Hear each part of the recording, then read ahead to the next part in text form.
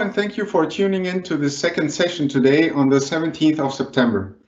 This is our second live interactive webinar so far, presented to you by MÜLLER Academy, in which we train future experts for the extrusion blow molding industry. We are very excited to have you here and hope that you will gain valuable information which will allow you to master some of the existing production challenges that you are probably facing at your company. Today's topic is on recommended head tooling handling. My name is Diego Berlein, and together with Jens, we'll be hosting this live event for you. A quick side note, Jens is a senior plastics professional who joined MÜLLER USA in 2016. He is also an active board member of the Society of Plastics Engineers, blow molding division, where he serves in the knowledge transition group. So Jens, it is an honor to have you here. During the webinar, we will collect some questions from you, the viewers, and at the end of the presentation, a selection of them will be answered. With this live interactive webinar, you will receive a complete sequential recommendation of how to handle the tooling of your extrusion blow molding head. This webinar contains 5 sections. Firstly, we present definitions of head tooling dimensions. Secondly, we will demonstrate the different common types of head tooling. Thirdly, we'll focus on the disassembly and assembly of head tooling. Afterwards, you will receive examples of technical problems and how to overcome them. And finally, we will initiate the Q&A round in which we discuss questions you, the viewers, made during the presentation. Please listen closely now to my colleague Jens, who has many interesting insights he wants to share with you. Please, Jens.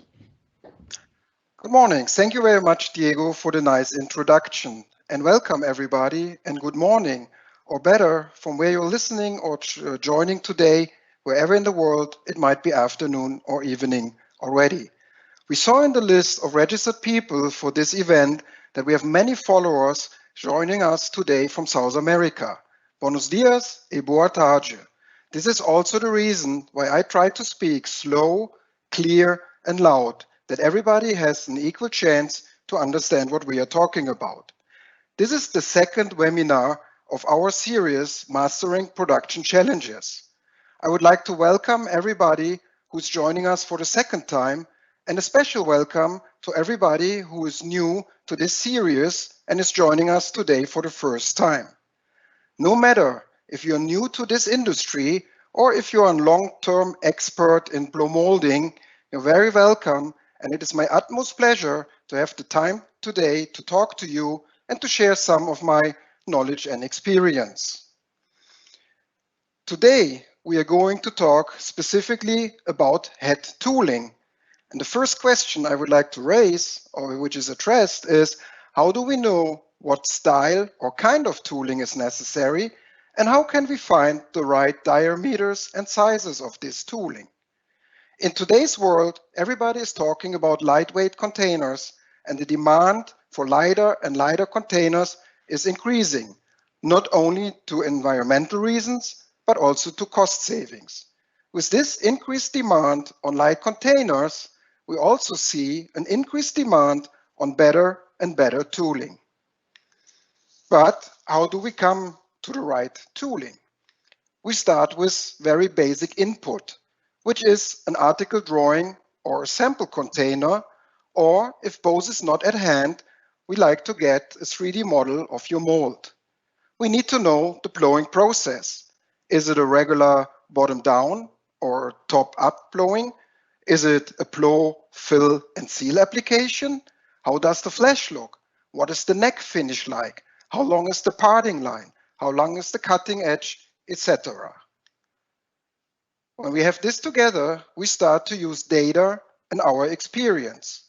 We look at the swell factor of the head, the swell factor of the material, and of course, we look at containers and toolings which have been developed before for similar articles or bottles.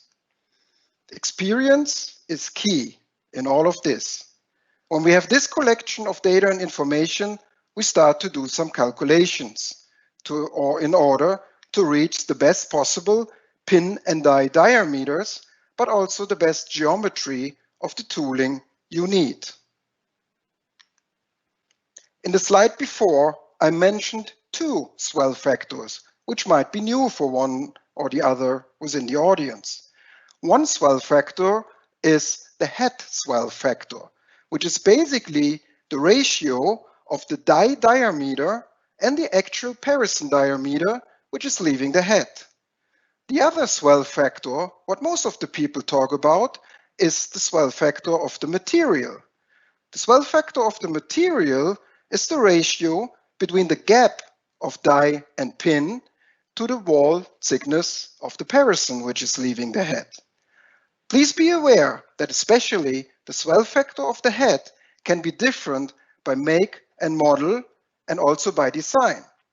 A swell factor of a head can also be different if you have a monolayer application or if you have already moved to a multi-layer application. The same comes to the material swell factor. A monolayer application, it's pretty clear. We deal with the swell factor of one material. When it comes to two or more layers of material in multi-layer applications, most likely you deal with different kind of materials. And each of them might have a different swell factor. So therefore, we also need to know the layer structure, because the material which has the highest percentage in the wall thickness is most likely the material which is going to influence the overall swell factor of the materials together the most. So what you could already see after two slides, experience is key. For example, or with more simple words, you can have a die diameter of 16 millimeter and still produce a Parison which is only 13 millimeters, which is smaller than the die diameter, or you can produce a Parison with 26 or more millimeters. This all depends on head style, used materials, pressure in the process, temperature, etc. Knowing all of this, we have to look at what is the right style. What kind of tooling is out there? I'm pretty sure most of you are very familiar with the forms of converging and diverging tools. Converging tools basically are used if you need a Parison which is smaller than the inside flow channels of your head.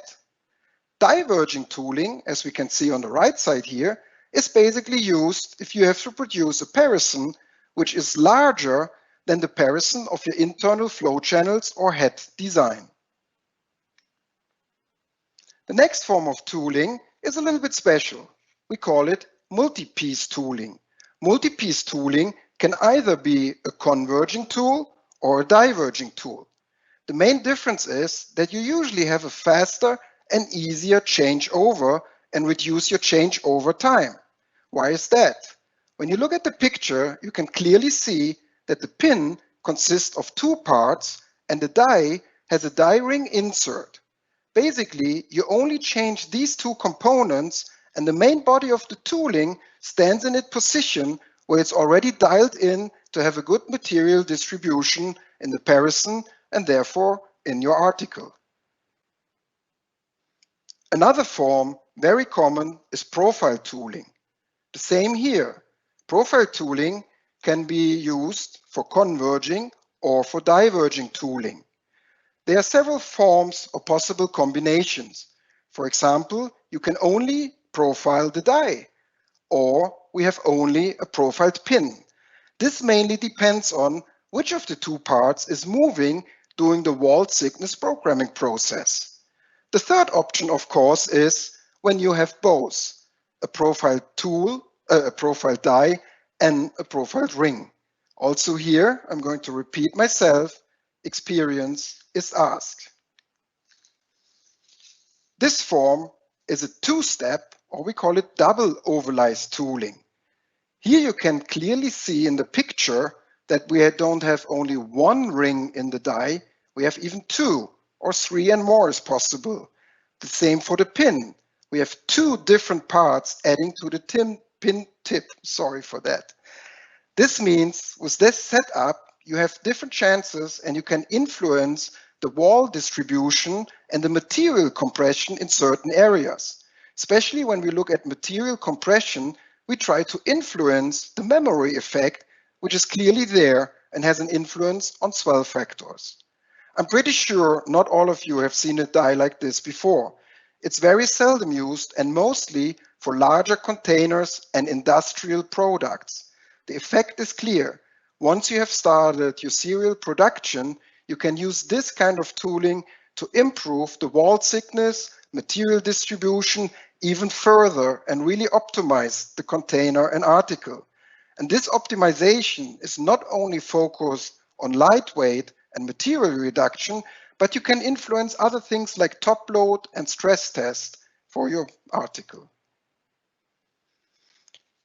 This slide actually shows two different kind of toolings, and to be honest, we should have made two different slides for this. But anyway, on the left side, we see oversized tooling. What means oversized tooling? Oversized tooling is a special form of diverging tooling. It's oversized. What does that mean? With this kind of special tooling, you can create a much bigger diameter for the parison than the head would usually allow for. One thing is clear, this only works on one parison heads. Several parisons are definitely limited by the center distance and the space we need there. This tool should also not be used for a long time or a mass production. This is more used for setups if you need to test a new mold, you want to see some materials, or you do small sample runs. Once you have decided that this is the container and article you want to run, you should definitely move over to the next size of head to work with regular diverging tooling, or even if you go 2 steps up, you might be able to use a converging tool. On the right side of this slide, we see another form of two-piece tooling, or like we refer to, a gradation tooling. This kind of tooling is necessary when you combine both processes, which I mean is continuous and discontinuous extrusion at the same time for the same article. This is mainly used for effects on the outer layer in a multi-layer application. As you can see, two-piece tooling requires at least 2 layers of material. With two-piece tooling, you can make wonderful color effects on the outside, such as fading and gradation, but you also can give the container a different touch and feel in different areas of the article. And with that being said, I would like to finish the overview of different styles and toolings here, because there's much more. Everything we have seen so far is mechanically manufactured tooling, which is static. If you are looking for a solution to influence your parison while it is extruded, there are other dynamic systems in the market. But this would be a too large topic to cover here and today in our webinar. And this is definitely, if you are interested, one of the things we can talk about in further webinars, or you just join our special session in the Academy. With that being said, I would like to come to the main part of this webinar, which is the disassembly and reassembly of head toolings. Please be aware that everything we talk about now, that all the steps and recommendations we give and show are all shown at a W. Müller extrusion head in combination with original W. Müller tooling. Some of the steps might not be necessary, or even more steps might be necessary, or it might be a little bit more complicated with other head makes and toolings. Please be aware of that. In order to execute a proper tool change, you should have the following at hand. Soft cleaning tools made from aluminum or copper or brass. And I apologize for not having a capital B in brass at this moment. You also need skewer pad, or as some people call it by the trade name of Scotch-Brite. Calipers and other measuring devices are definitely necessary to qualify the dimensions of the tooling and, most important, the thread size and thread kind of the tooling. A torque wrench belongs definitely to every tool change, and some other materials or handheld tools as well. We are going to show all these steps to you in an 18-minute video. This allows me a little break from talking, and it allows you, as you will receive this video after the webinar, it allows you to use this with colleagues and new employees within your organization for training and education purposes. So get ready for this 18-minute movie, grab a paper and pen for notes or popcorn to enjoy. Please do not forget that during the whole length of this movie, you can still write your questions in the question section of this presentation. I'm really looking forward to see with what kind of questions you are coming up for the end of this webinar. So please enjoy the following presentation. Safety instructions. The extrusion head and plastic melt are hot and can cause severe burns and other injuries. When working with the extrusion head, always use heat-resistant gloves, appropriate clothing, and safety glasses. Install cutting knife blade protectors prior to working on head tooling. Preconditions. The extrusion head is heated up to production temperature, the extruder is shut off, and the wall thickness control programmer is enabled. In this film, we will show the disassembly and assembly of a converging head tooling. The workflow for a diverging head tooling is mostly identical. Additional necessary steps concerning the pin tip of a diverging head tooling will be pointed out at the right time during the workflow.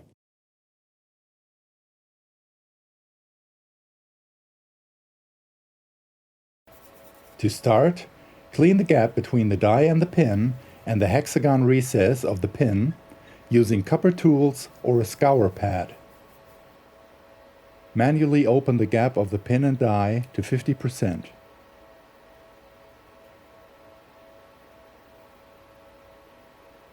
The following work step is only necessary for diverging head tools. Disassemble the pin tip and clean it immediately.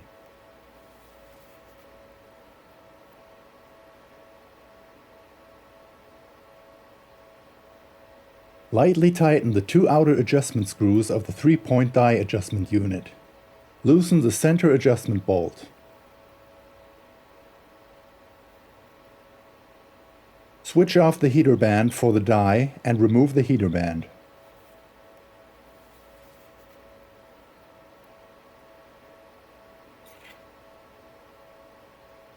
Loosen the screws for the die clamp ring, but be sure the die clamp ring will not fall.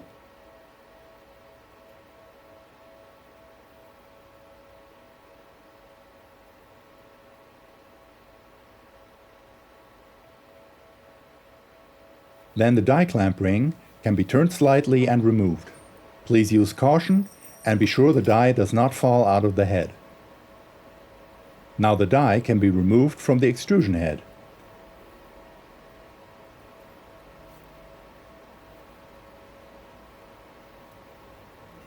For cleaning, use copper or brass tools and scour pads.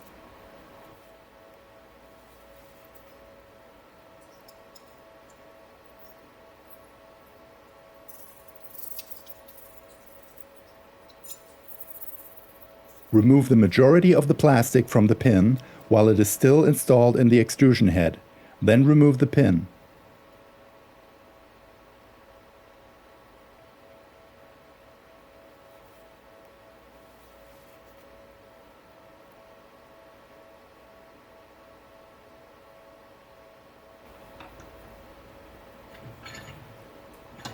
Immediately start with the final cleaning of the pin and die while they're still hot.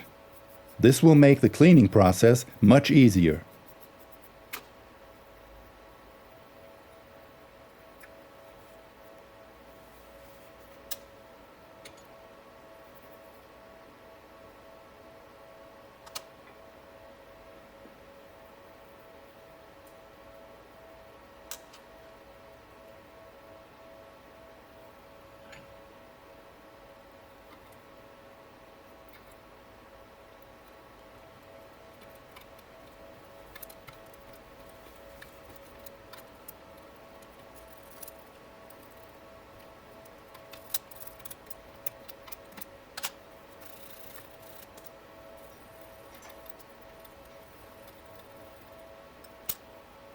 pin and die should be polished before using again in production.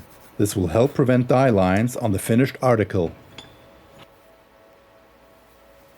Remove as much material out of the extrusion head as possible, since the material has the tendency to ooze out.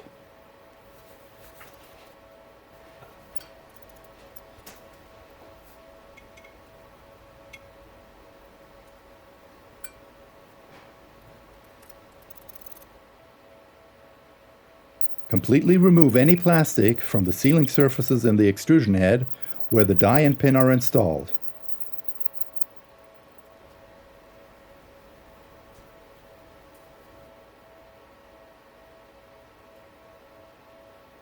Please also check if the die adjustment keys of the 3-point centering unit are free of plastic material. Check if the adjustment keys and screws can be moved easily. Please also check the center die adjustment bolt for proper operation. Remove, clean and grease the parts if applicable. This completes the disassembly of the pin and die. On a multiple Parison head, repeat the disassembly process for the other head tools. Mark the pin and die combination to one another and to the head cavity. In the case of indefinite reinstallation, turn off the heating and during the cooling phase pay attention for oozing material. Preparation for assembly. Remove corrosion protection from the head tooling and check for damages.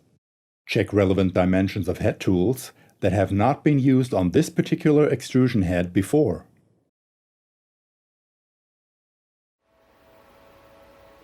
Extrusion tooling which has not been used before has to be carefully checked before installation.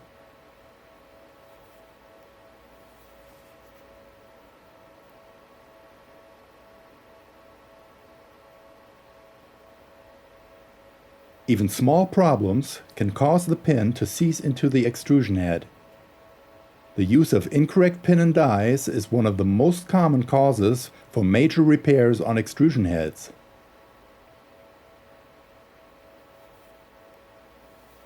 The threads should be checked prior to installation to be sure that they are not only the correct threads, but that they are clean and free of any burrs or other issues.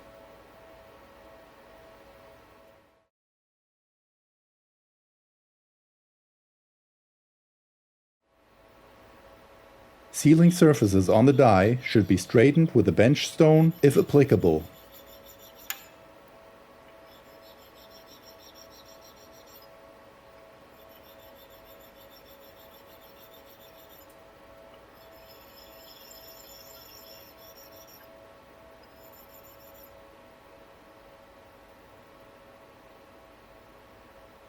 Clean the sealing surface on the pin.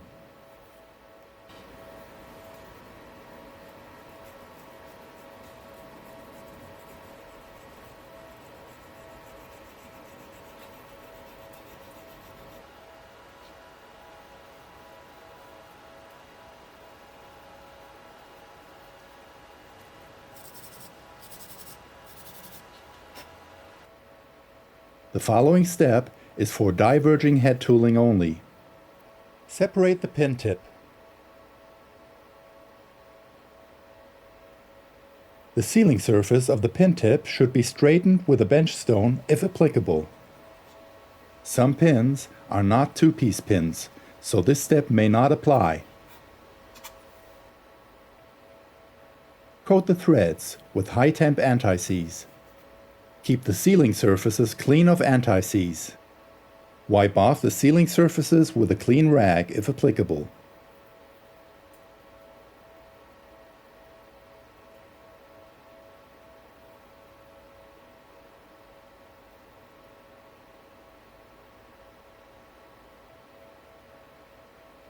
Also coat the contact areas for the die clamp ring and the contact areas for the die adjustment keys with high-temp anti-seize.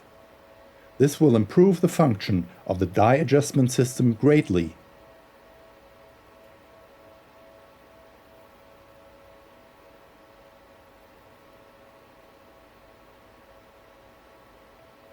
Use only a small amount of anti-seize at the connection area to help with the die movement. A typical mistake. The area for the die adjustment is coated with too much anti-seize. It is important to coat the area with the least amount of anti-seize as possible.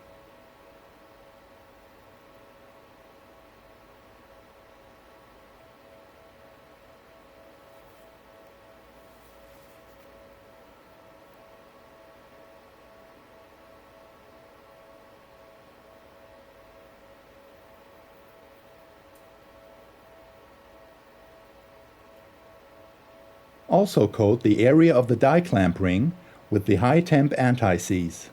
The best way to do this is to install the die in the die clamp ring and move the die in all positions possible. This will coat only the areas which are necessary to coat. The following step is for diverging head tooling only. Lightly coat the threads and the mating surface of the pin mounting bolt with high temp anti-seize. This will help with disassembly in the future.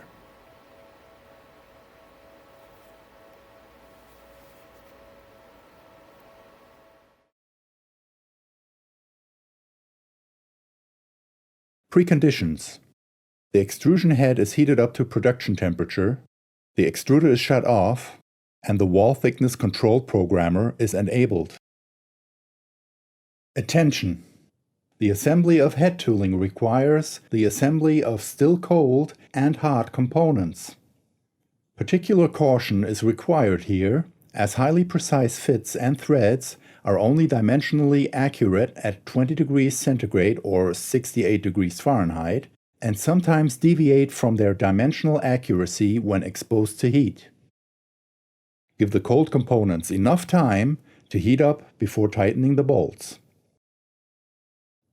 Note: when changing from converging to diverging head tooling, or vice versa, the Parison programmer has to be set up to the correct operation mode. Preparatory work. Set the die gap to 0 at the Parison programmer.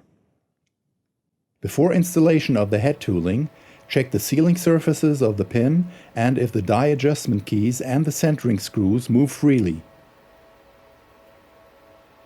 Install the pin. Use caution while installing. The pin should screw in smoothly. Do not use excessive force while installing. Install the pin until it bottoms out. Immediately unscrew the pin a half of a turn. This is to prevent seizure because of expansion. Wait for the pin to equalize with the extrusion head temperature. After allowing adequate time for all parts to equalize in temperature, you may tighten the pin to the correct torque. Use a torque wrench to tighten the correct torque amount.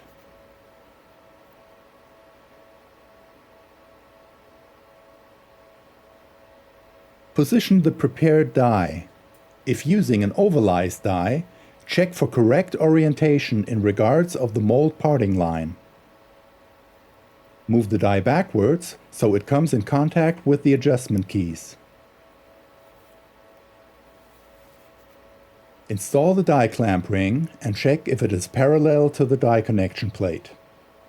Slightly tighten the die clamp ring. Do not use force.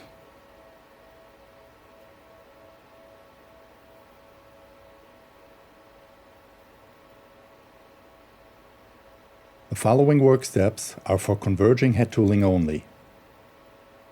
Always check if there is a minimum distance between the pin and the die. If the minimum distance is not present and the die and pin will come in contact, use the manual weight adjustment of the head to increase the distance. The minimum recommended distance is 0.2 millimeters.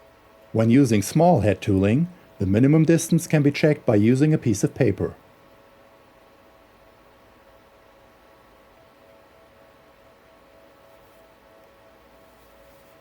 The die is centered to the pin with a 3-point centering unit. The paper can be used to continuously check if the minimum distance is still present when centering.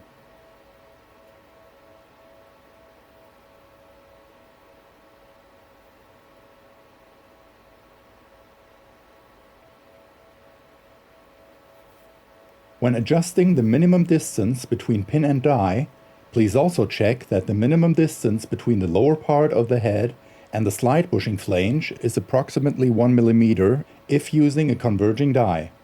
For a diverging die, the minimum distance is the stroke of the wall thickness control actuator plus 1 mm. For a standard 10 mm stroke servo cylinder, this would be 11 mm. While waiting for the temperature of the head tooling to equalize with the head temperature, the die heater band can be installed. When installing the heater band, please use the corresponding torque for tightening the heater band screws.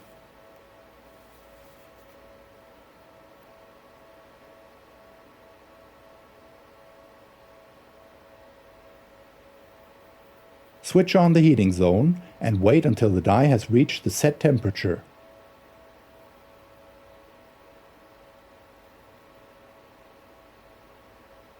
After reaching set temperature and additional soak time, the die clamp ring can be fully tightened.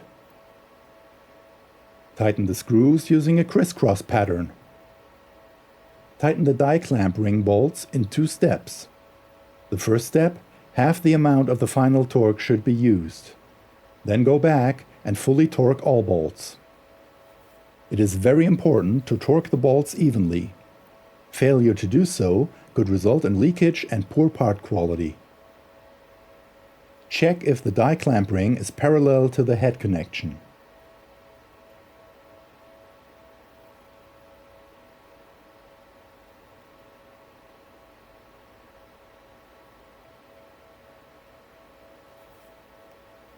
The following work steps are only necessary for diverging head tools. Install the pin until it bottoms out. Immediately unscrew the pin a half of a turn. Always check if there is a minimum distance between the pin and the die. Wait for the pin to equalize with the extrusion head temperature. After allowing adequate time for all parts to equalize in temperature, you may tighten the pin to the correct torque.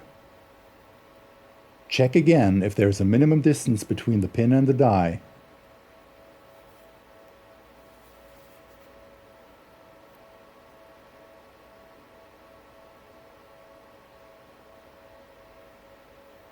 When using small head tooling, the minimum distance can be checked by using a piece of paper. The die is centered to the pin with a 3-point centering unit.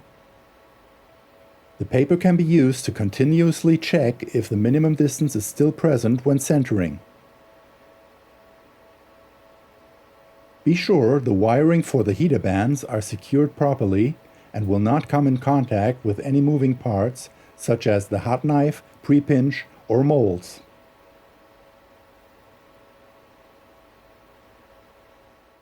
On a multiple Parison head, repeat the installation process for the other head tools. Check the stroke distance. Carefully open the die gap to 100% at the Parison programmer and check for collision between the lower head parts and the slide bushing flange. Check that the distance between the lower part of the head and the slide bushing flange is approximately 1 mm if using a diverging die. For a converging die, the distance must be the stroke of the wall thickness control actuator plus 1 mm. For a standard 10 mm stroke servo cylinder, this would be 11 mm. This will prevent parts from coming in contact with each other and causing damage. If the dimensions between the lower part of the head and the slide bushing flange differ from the specified dimensions, something in the setup is wrong. Often the stroke of the wall thickness control actuator does not correspond with the length of the installed die tooling. Additional measures are required. The assembly of pin and die is now finished. Welcome back, everybody. I hope that everybody is still there and that you could make some very interesting findings while watching this video. This video showed all necessary steps in detail which you need to do in order to make your tool change a successful tool change. We referred several times during the video to the head or product manual in order to check original tool dimensions as well as appropriate tokes to fasten the bolts. You should never do a tool change without having the proper documentation at hand.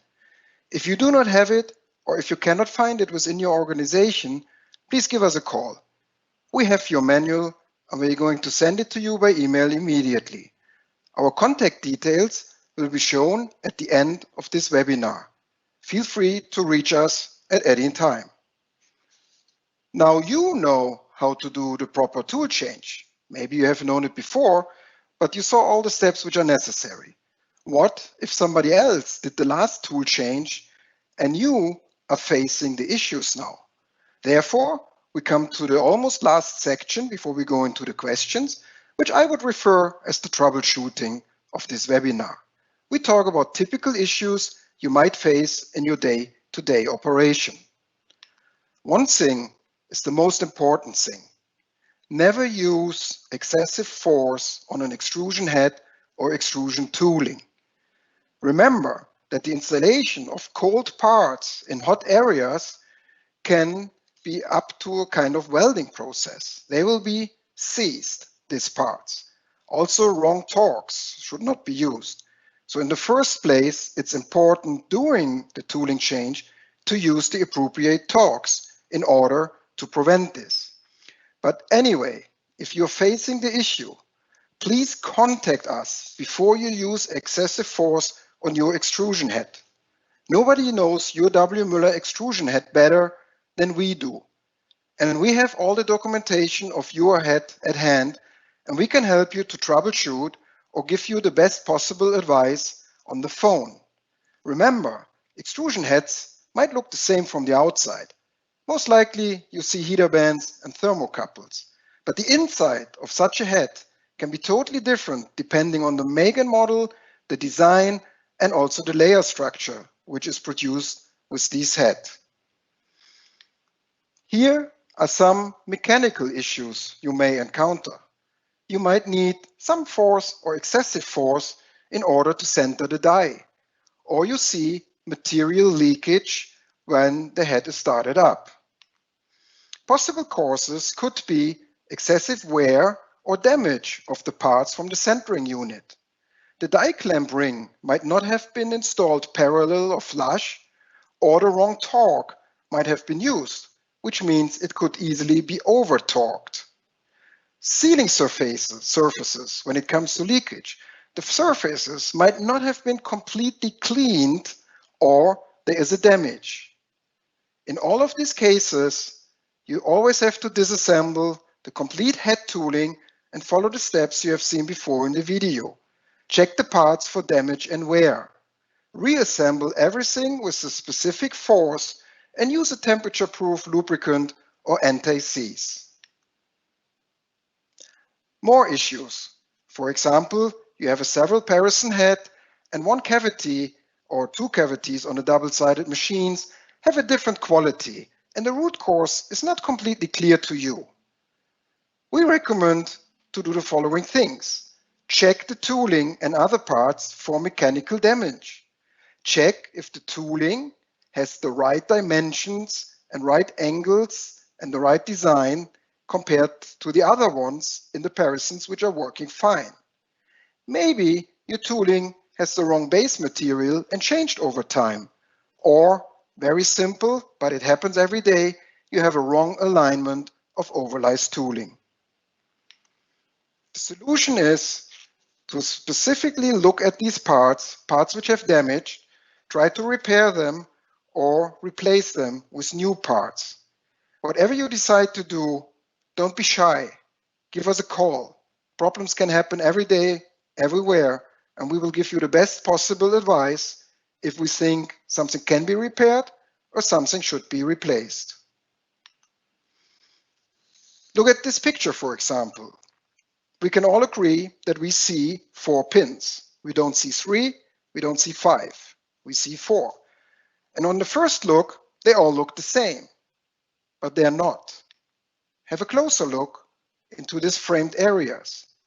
And when you take some time and look closely, you will recognize that all these pins have a different shape, different angles, and different positions of radius or geometry. It's in the upper box as well as in the lower box. What could be the reasons for this? Well, first of all, it could be the wrong base material from the beginning, and some paints changed over the time a little bit more than others.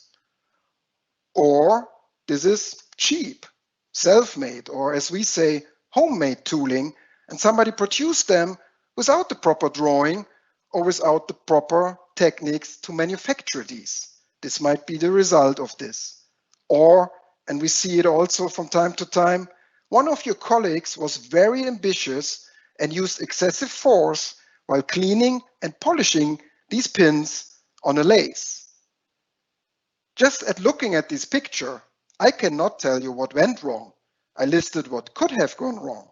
But what I know for sure is that the quality of the 4 partisans leaving that head where these pins are installed will be a totally different one.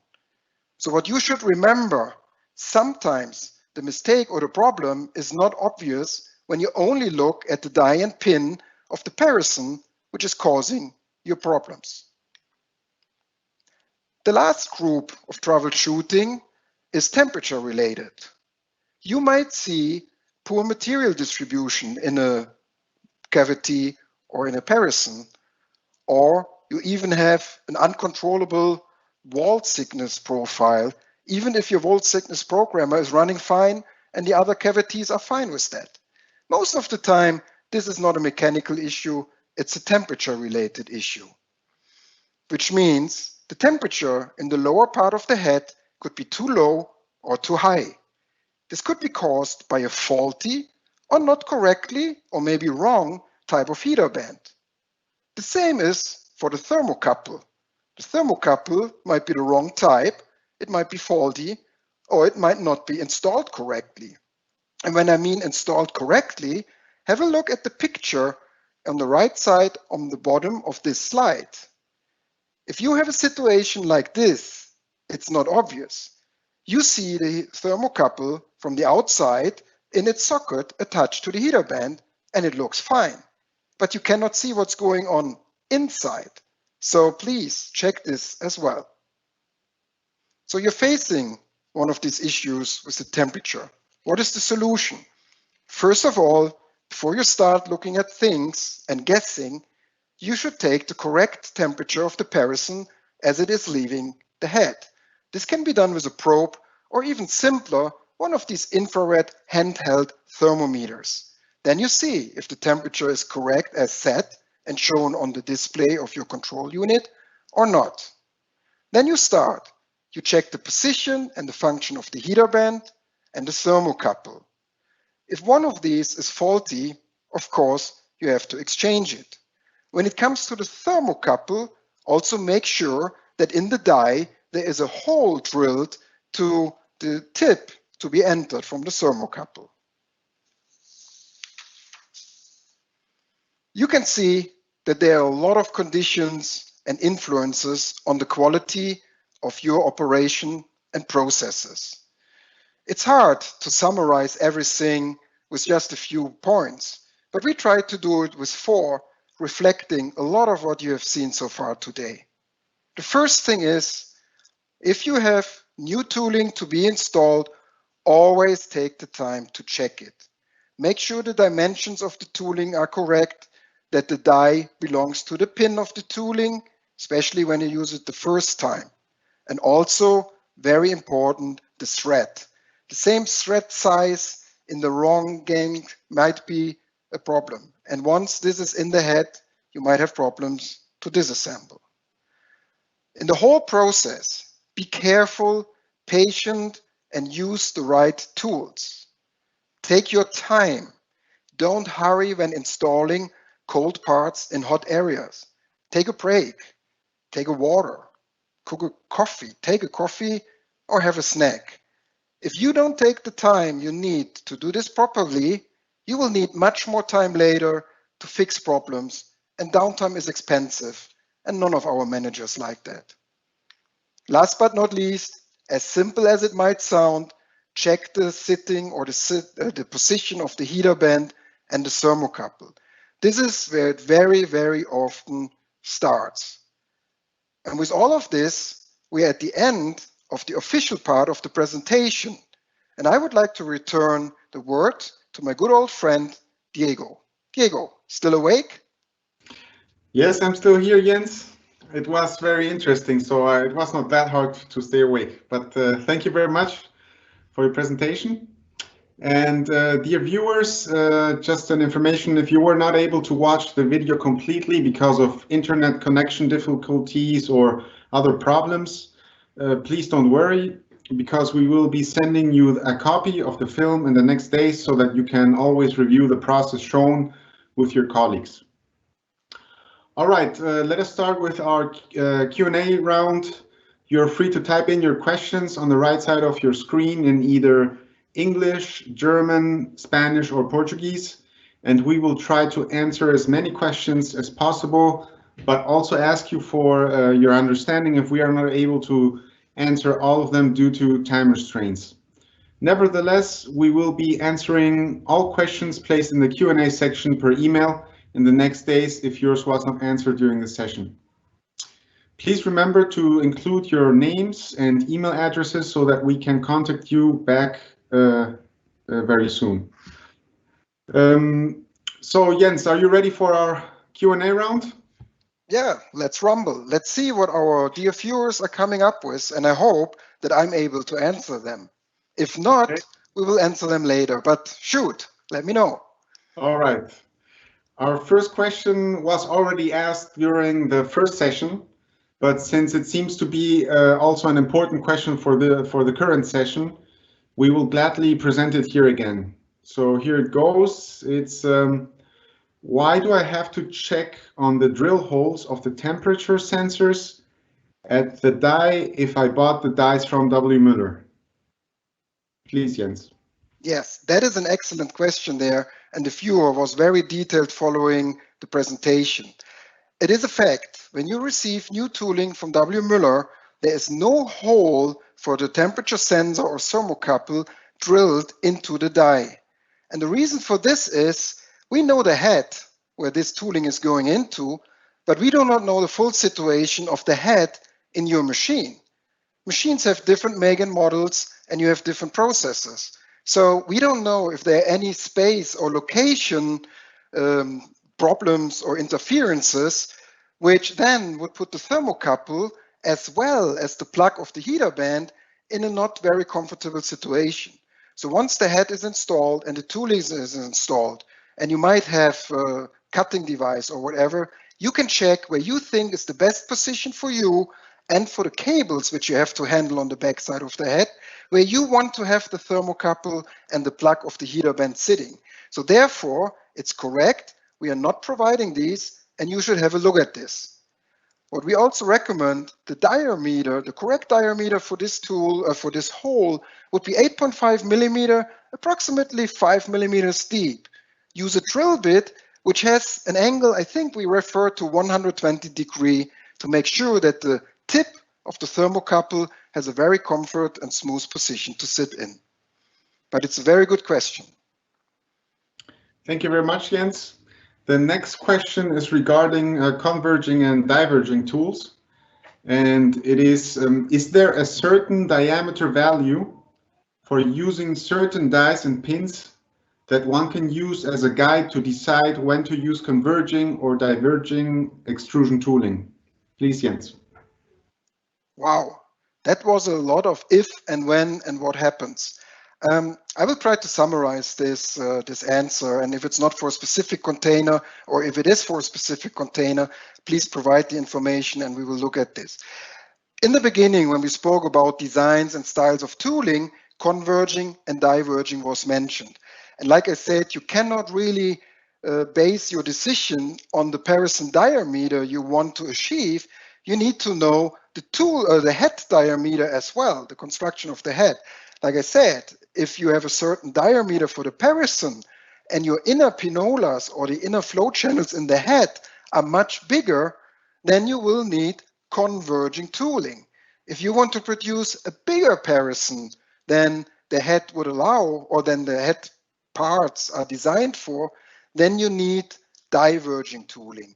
But to say at what size of Parison this has to happen, we cannot do that without knowing all the details. But the question is also very good. Okay. We have another question, and it's what should be done if the space between the lower part of the head's body and the pushing device isn't 1 millimeter and 11 millimeters. So if it is not the case. Okay, we are referring here to the space between the slide bushing and the clamp ring of the die. And yes, that's a good point also, because I can use this and remember you need to know if it's converging or diverging tool, because you have seen it in this movie as well. You have to operate differently. If you have diverging, you want to make sure that this is completely pushed out at the minimum position, which means that distance will be 1 millimeter. It could be 11 millimeter if you have a 10 millimeter stroke of your wall thickness programming cylinder. Be careful. Some of them even have 20 millimeter, 25 in some heavy accumulator applications, or even a little bit less, or they are limited because you're using a two-step tooling. You need to be aware of that. In case that you cannot reach the 1 millimeter or 11 millimeter with a 10 millimeter stroke cylinder, you have to look at the kind of cylinder you have to do adjustments of this. On the hydraulic cylinders, it's pretty easy.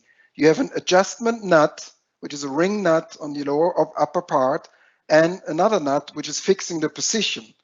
Loose the positioning, the fixation nut, and correct everything till you have the 11 or the 1 millimeter. Do that accordingly if it's 25 or 20 millimeter stroke. This was the hydraulic side. Be careful when you have an electric drive. This goes into programming and needs to be done in the control unit. And we really recommend that this is done by an expert or with our help on the phone. If you have one of our control units, a W. Müller-Merck system, we can dial in at any time and make necessary corrections for you and help you and show you how to do it next time. But this is very important, especially as mentioned, when you change from converging to diverging tools and vice versa. I hope that didn't confuse people too much and answered the question at least a little bit. Thank you very much, Jens. Yes, always keep in mind if you're having a hydraulic machine or an electrical one, and then I guess you can also separate it like that. Or we also have another very general question, but it's also very good. And this person is asking, what is the best way to remove a pin that is stuck?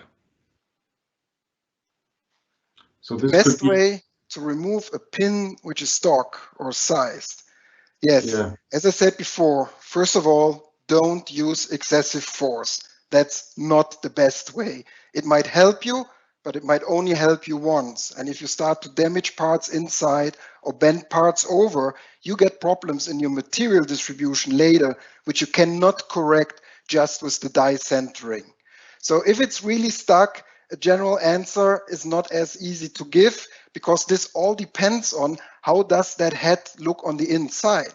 What is stuck? The whole pin, or is it just a pin tip? What is on the inside of a monolayer head? Is it a torpedo style or spider leg torpedo? Or do we have some housings on a multi-layer head? It's very difficult. Sometimes some heat can help, but please take the time, give us a call, and you can see the numbers on the screen and the email addresses. We are there for you. We really want to help you. And I also don't want to give an answer now here in public, which might be wrong, and somebody's using this and causing some additional damage. So if you really face that issue, I can only say, don't use the excessive force. Talk to us first. I'm sorry that I do not have a better answer, and I really hope that this does not happen, especially not when you do the tool change after you have taken part in this presentation. Okay, thanks a lot, Jens. Well, now that we're talking about excessive force and let's say reactive actions, let's look at the proactive side of service.